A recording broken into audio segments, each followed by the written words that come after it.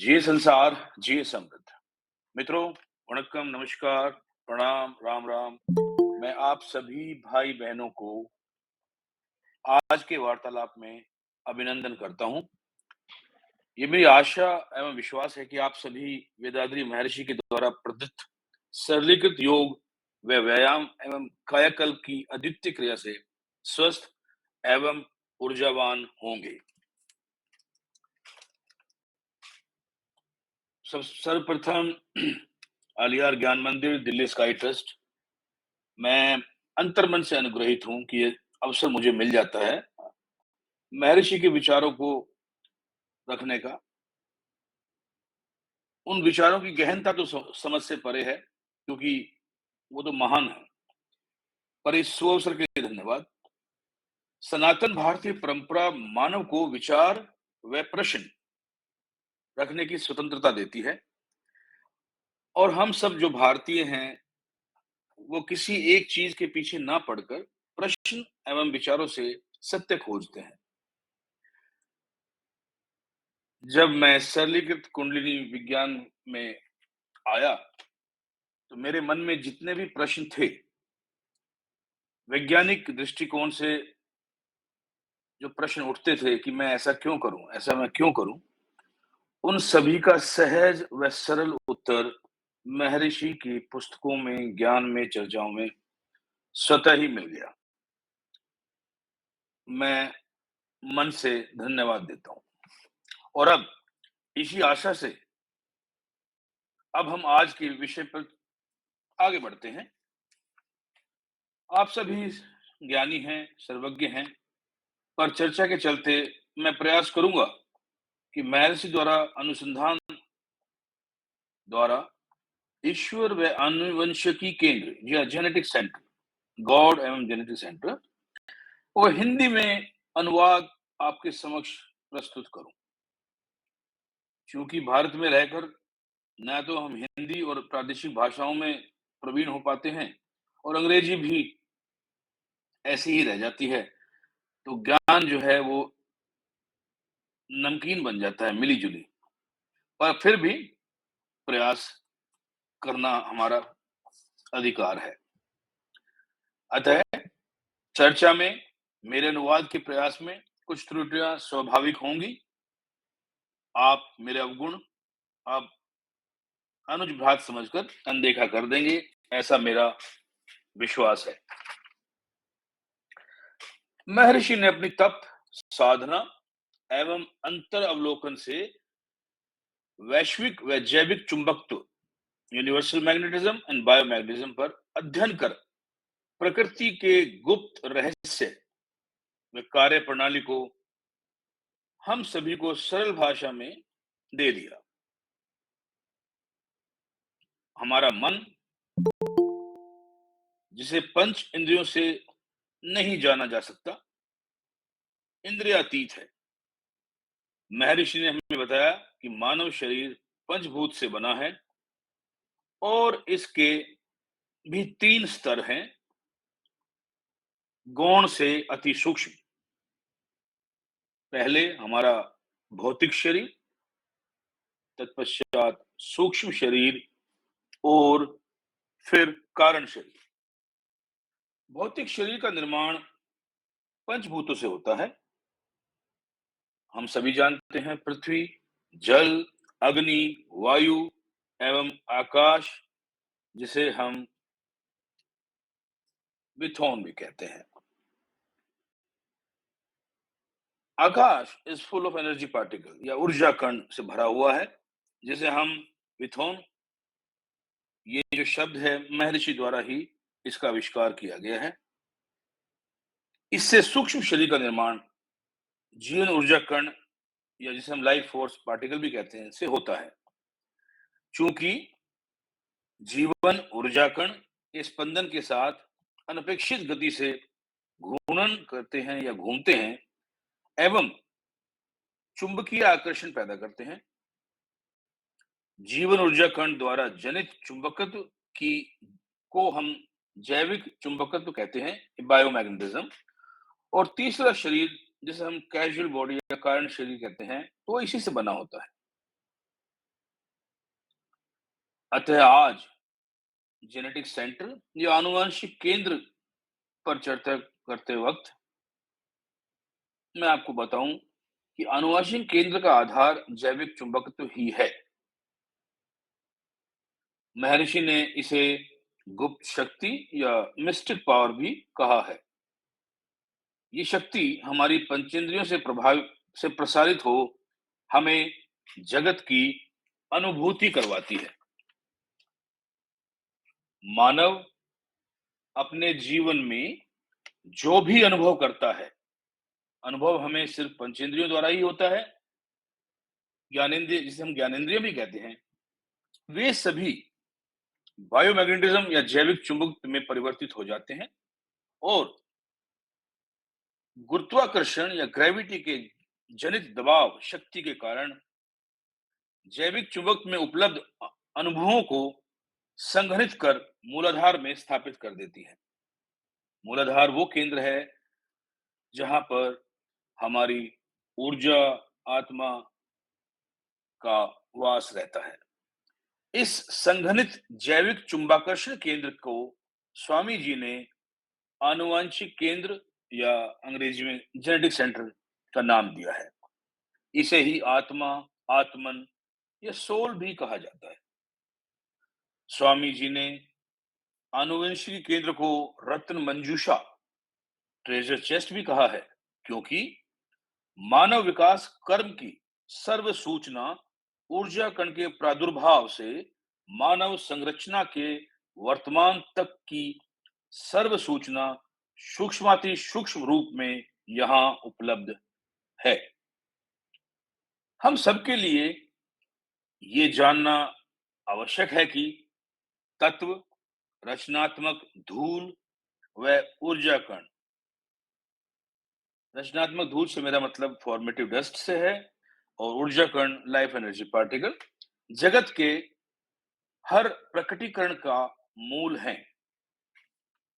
हमें ज्ञात है कि जगत या ब्रह्मांड में सभी कणों के अंदर से लेकर विशाल ग्रह, तारे, नक्षत्र, उल्कापिंड ऊर्जा कणों से उदित तरंगों से भरे हैं। ये ऊर्जा कण तरंगे ही वैश्विक चुंबकत्व या यूनिवर्सल मैग्नेटिज्म या चुंबकाकर्षण, जिसे हम मैग्नेटिज्म भी कहते हैं, का रूप लेती हैं। हम सबको विदित है कि इस ब्रह्मांड या जगत की उत्पत्ति आदि शक्ति, आद्य शक्ति या मौलिक सर्वशक्तिमान या ग्रेविटी अथवा गुरुत्वाकर्षण या स्टैटिक स्टेट से हुई है, जो कि स्थिर है, अचल है, शांत है, अपरिवर्तनीय है। मानव अपने प्रयास से इस शक्ति को जान सकता है और मानव के पास उसकी परिवर्तनशीलता की प्रक्रिया को हर प्रकार से आभास करने की योग्यता है। पर जब वो ऐसा करेगा तो वो स्वयं आदि शक्ति या मौलिक शक्ति या अचल शक्ति या स्टैटिक स्टेट में परिवर्तित हो जाएगा। वैसे तो हमने भौतिक शरीर, सूक्ष्म शरीर का अभी जिक्र किया, चर्चा की। एक बार फिर कुछ शब्द मैं उसमें कहूंगा। हमारा जो भौतिक शरीर है, इसका निर्माण ऊर्जा कण के समूह से हुआ है। उससे हमारी कोशिकाएं निर्मित होती हैं। ये शरीर परमात्मा का मूर्त रूप है, ठोस है एवं दृष्टिगोचर है। इस शरीर का निर्माण, जैसा मैंने कहा, पंचभूत से होता है।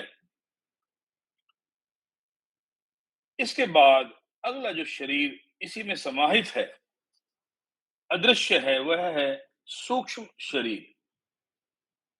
सूक्ष्म शरीर भौतिक शरीर में उन्मुक्त ऊर्जा कणों को कहते हैं। इसे जीवनी ऊर्जा का भी नाम दिया गया है।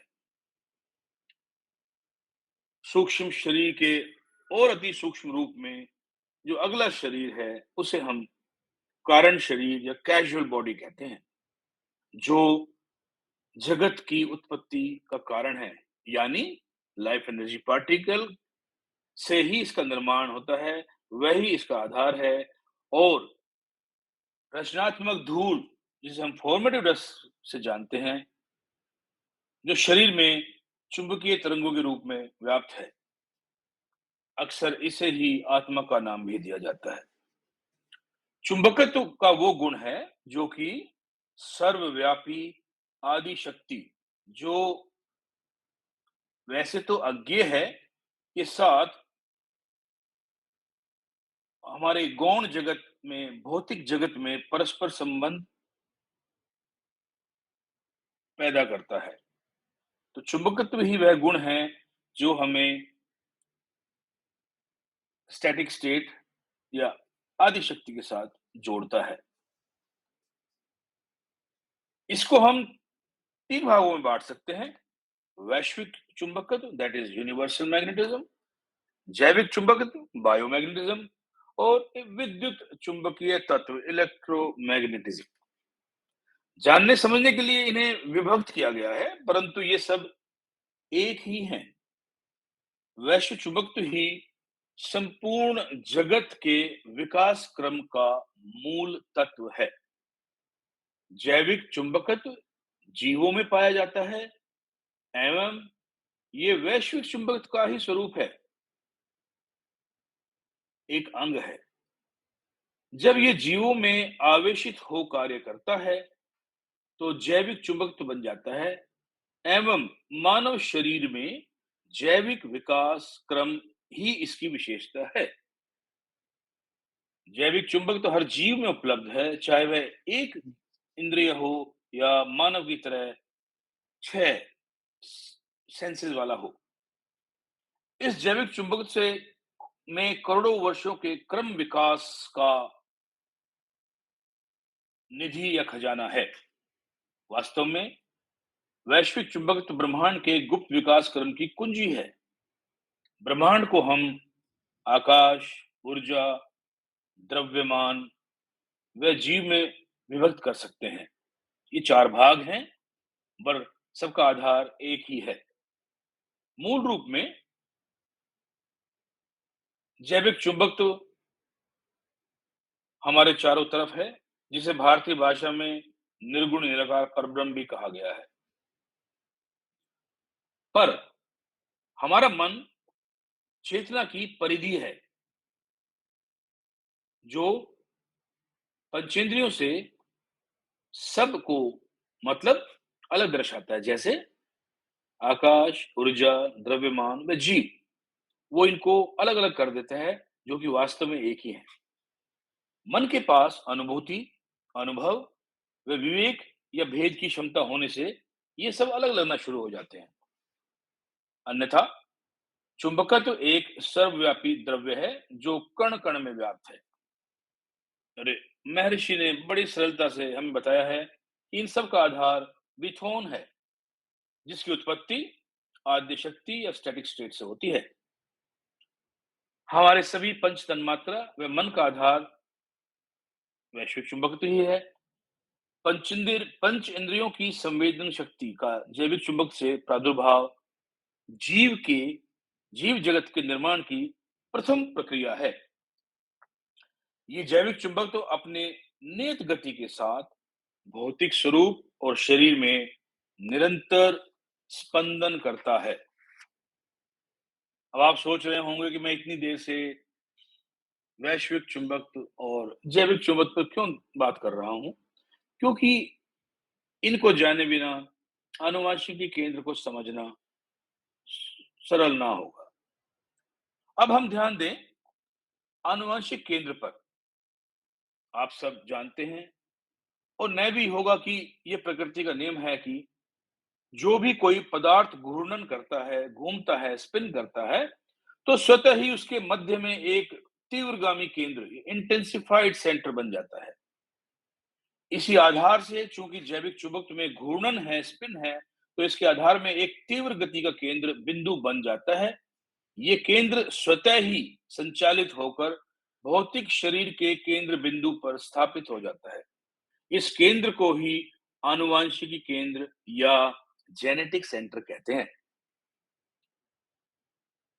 चर्चा में हमने जाना कि हमारे भौतिक शरीर के मूल या केंद्र बिंदु पर जैविक चुंबकत्व के घूर्णन से एक भंवर सर्कुलेशन बनता है, जिसे हम, जैसे मैंने कहा, जेनेटिक सेंटर कहते हैं। और इस केंद्र बिंदु का स्थान मानव के भौतिक शरीर के मध्य में स्थित मूलाधार चक्र है। हालांकि हम जानते हैं कि आनुवंशिक केंद्र या जेनेटिक सेंटर दिव्य परमात्मा का ही भौतिक स्वरूप है, पर ये मानव इंद्रियों से परे है। अतः इसे अनुभूति के स्तर पर जाना नहीं जा सकता, मतलब हमारी पंचेंद्रियों से नहीं जान सकते। इसके लिए अंतर्मन की यात्रा आवश्यक है, और महर्षि ने हमें इस यात्रा के अनेक साधन दिए हैं, जिन्हें हम अलग अलग मेडिटेशन का रूप भी बताते हैं। जेनेटिक सेंटर में जीवन के अनुभव व धारणा है, उन सभी के इम्प्रिंट या संस्कार इंगित होते हैं। जेनेटिक सेंटर जिसकी उत्पत्ति एक कोश के जीव से 6 संवेदनाओं वाले जीव में होती है, और इसमें पृथ्वी के प्रादुर्भाव या ब्रह्मांड के प्रादुर्भाव के संस्कार, खरबों सालों की सूचना और एक के बाद एक पीढ़ियों को प्रसारित हो जाती है। महर्षि वेदांति कहते हैं, दिव्य आद्य शक्ति को बिना चुंबकत्व के पूर्ण ज्ञान की जानकारी के अभाव में जाना नहीं जा सकता। ऐसे ही चेतना को बिना जैविक चुंबक के ज्ञान बिना जानना असंभव है। आनुवांशिकी केंद्र में पूर्व में हुई सभी घटनाओं का रिकॉर्ड या संग्रह रहता है, तथा ये सभी से संपर्क में रहता है। जेनेटिक सेंटर मध्य बिंदु या मूलाधार में स्थित है, एवं जीवन ऊर्जा कण भी इसी केंद्र पर निरंतर घूर्णन या स्पंदन या सर्कुलेशन करते हैं। मूलाधार में ही हमारे जीवन की सबसे महत्वपूर्ण ऊर्जा, जिसे हम सेक्सुअल वाइटल फ्लूइड एसवीएफ या काम धातु या काम द्रव्य भी कह सकते हैं, रहती है। बालक जब किशोर अवस्था में प्रवेश करता है, तब ये काम द्रव्य मानव मस्तिष्क से स्रावित होकर आनुवांशिकी केंद्र में एकत्रित और संवित होता है। अतः हम अगर महत्व की दृष्टि से अवलोकन करें, तो हमारा आनुवांशिक केंद्र जैविक ऊर्जा का केंद्र है, जीवन ऊर्जा लाइफ एनर्जी पार्टिकल का केंद्र है, काम द्रव्य या सेक्सुअल वाइटल फ्लूइड का भंडार है। ये तीनों ऊर्जाओं के स्वरूप इसी केंद्र में बड़े समन्वय के साथ रहते हैं। जेनेटिक्स जेनेटिक सेंटर हमारे भौतिक शरीर में मानव जीवन की दिव्य निधि है या खजाना है। हर मानव को इस निधि भंडार को संवार कर और संभाल कर रखना चाहिए। जो मानव इस संचित निधि को सदुपयोग करेगा, ह्रास नहीं करेगा, उसके जीवन में आनंद, सुख, शांति, उन्नति सदैव वास करेगी। महर्षि ने जेनेटिक सेंटर और काम द्रव्य की महत्व को अनेकों अनेक रूप में हम सभी को समझाया है कि किस प्रकार इसके संचय से जीवन को बदला जा सकता है। मानव को चाहिए कि वह जेनेटिक सेंटर के महत्व एवं संभावनाओं, पोटेंशियल को समझे, क्योंकि ये केंद्र जीवन ऊर्जा कण का अचल केंद्र है एवं सदैव ब्रह्मांडीय ऊर्जा से जुड़ा रहता है। वास्तव में यही हमारी आत्मा है। मोक्ष के क्रमिक विकास को प्रथम एक कोश के जीव से मानव तक समझने हेतु आनुवंशिक केंद्र का आकलन नितांत आवश्यक है। विचार एवं संस्कार। आनुवंशिक केंद्र एक ऐसा महत्वपूर्ण केंद्र है कि उसकी क्षमता ईश्वर समान ही है। ये चुंबकीय घूर्णन का वो भंवर है जिसमें दिव्य शक्ति के सर्वगुण विद्यमान है। चूंकि चुंबकत्व का उद्गम स्रोत है, इसमें सूचना को कंप्रेस और रिपल्स, दैट इज संकुचित व विकसित करने की क्षमता है। गुरुत्वाकर्षण व जेनेटिक सेंटर को आप जानने हेतु हमें चुंबकत्व का ज्ञान होना जरूरी है। आप सभी इस ज्ञान से अवगत हैं। हमारे सेंटर में समय समय पर इसकी चर्चा होती है। हमारे आनुवंशिक केंद्र या जेनेटिक केंद्र के दो मुख्य कार्य हैं। पहला, आकर्षण शक्ति द्वारा संस्कार इंगित करना और उन्हें संजो कर रखना। दूसरा, विकर्षण शक्ति से संस्कारों को विचार के रूप में पैदा करना। उदाहरण के लिए हम एक गाय को देखते हैं, उसका चित्र हमारे मन मस्तिष्क पर बहुत सूक्ष्म रूप में मानो मच्छर के आकार में आंखों में बन जाता है। उसे और सूक्ष्म रूप में संपीड़ित कर, कंप्रेस कर एक सूक्ष्म बिंदु, अति सूक्ष्म बिंदु माइक्रोडॉट के स्वरूप में जैविक चुंबकत्व के रूप में मस्तिष्क में अंकित कर देता है और उसे चुंबकीय तरंगों के रूप में परिवर्तित कर जैविक चुंबकत्व से अंगीकृत कर एकाकार कर देता है और उसे जेनेटिक सेंटर में पहुंचा दिया जाता है, जहां पर यह सूचना संस्कार के रूप में इंगित हो जाती है, जो कि समय काल में जेनेटिक सेंटर के गुणधर्म में परिवर्तित होती है। अब जब भी मन की तरंगे उसी स्तर पर आती हैं जिन स्तर पर संस्कार जनित हुआ था या वो चित्र बना था, तब भौतिक शरीर में ये चित्र प्रसारित होता है जैविक चुंबक के रूप में और मस्तिष्क की कोशिकाओं के संपर्क में आकर संसार संस्कार को विकसित करता है एवं गाय की छवि को मन में चित्रित कर देता है। अब हम जब भी, उदाहरण के लिए, जब भी गाय का हमें आभास होता है, वह सत्य न होकर, वो रियल नहीं होता, वो हमारे मस्तिष्क पटल पर चित्र प्रक्षेपित होता है, जो पहले से ही संस्कार के रूप में हमारे आनुवंशिक केंद्र में चिन्हित है। वास्तव में हमारे आनुवंशिक केंद्र में संचित संस्कार चिरस्थायी होते हैं और कालांतर में ये व्यक्ति की विशेषता, व्यक्तित्व बनाते हैं और ये सब संस्कार विचारों के रूप में उत्पन्न होकर हमें पीड़ा या आनंद का आभास करवाते हैं। जेनेटिक सेंटर वास्तव में मानवीय संवेदनाओं की जीवंत भंडार है। हमारे कर्म से संस्कार इंगित होते हैं। इन्हें हम पाप या पुण्य संस्कार कह सकते हैं या सिन इम्प्रिंट। हमारे विचार, शब्द, कार्य, जनित तरंगे एक ग्रंथि या नोट बनाकर उसे हम आनुवंशिक केंद्र में संचित कर मानव के अमिट व्यक्तित्व में परिवर्तित कर देती हैं।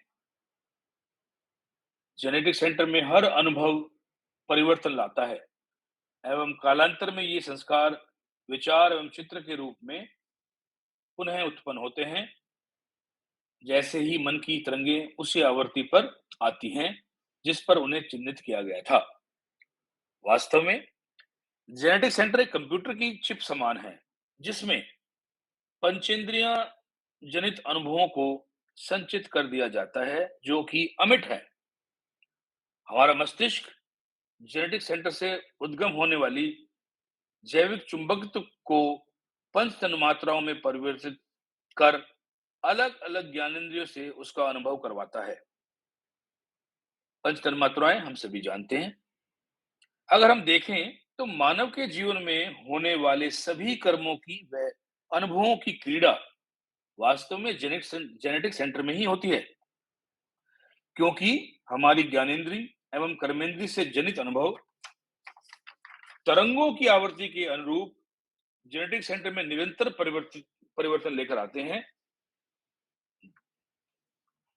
जो कि विशेष ग्रंथि में परिवर्तित होकर मानव के गुण विशेषता बदलते हैं। हमारे विचार, शब्द एवं कर्म से संस्कार उत्पन्न होकर निरंतर संग्रहित होते जाते हैं, जो कि समय के साथ हमारे भविष्य में आने वाली संतानों में भाग्य का रूप लेते हैं। विचार मानव के व्यक्तित्व को बनाते हैं। विचार के गुणों से शब्द और कर्म बनते हैं, जो कि पाप छवि का रूप लेते हैं, यानी कि सिन इम्प्रिंट्स। दो तरह के संस्कार हमारे आनुवंशिक केंद्र में अंकित रहते हैं: प्रारब्ध कर्म एवं संचित कर्म। प्रारब्ध कर्म क्या है? वो कर्म जो हमारे वर्तमान जीवन में हमारे विचार, शब्द एवं कर्म का फल है। 3 वर्ष की आयु से मृत्यु पर्यंत सभी कर्म व अनुभव हमारे आनुवंशिक केंद्र को प्रभावित करते हैं, संग्रहित होते हैं। अगला है संचित कर्म। ये कौन से हैं? ब्रह्मांड में जीवों के प्रादुर्भाव से लेकर अनेकों अनेक जन्मों के अनुभव, एक सेंस के जीव से लेकर 6 सेंस तक जो संस्कार हमारे आनुवंशिक केंद्र में हमें प्राप्त होते हैं, हेरिडिटी के रूप में या आनुवंशिक के रूप में, उन्हें हम संचित कर्म कहते हैं। वास्तव में प्रारब्ध एवं संचित कर्म आनुवंशिक केंद्र में होते हैं और हमारे व्यक्तित्व का आधार बनते हैं। ये डिसाइड करते हैं कि हमारा चरित्र कैसा होगा, रूप रेखा आकार कैसा होगा। हाँ, वर्तमान जीवन में हमारे विचार, शब्द एवं कर्म से जो संस्कार उत्पन्न होते हैं, उन्हें हम अकाम्य कर्म कहते हैं। एवं ये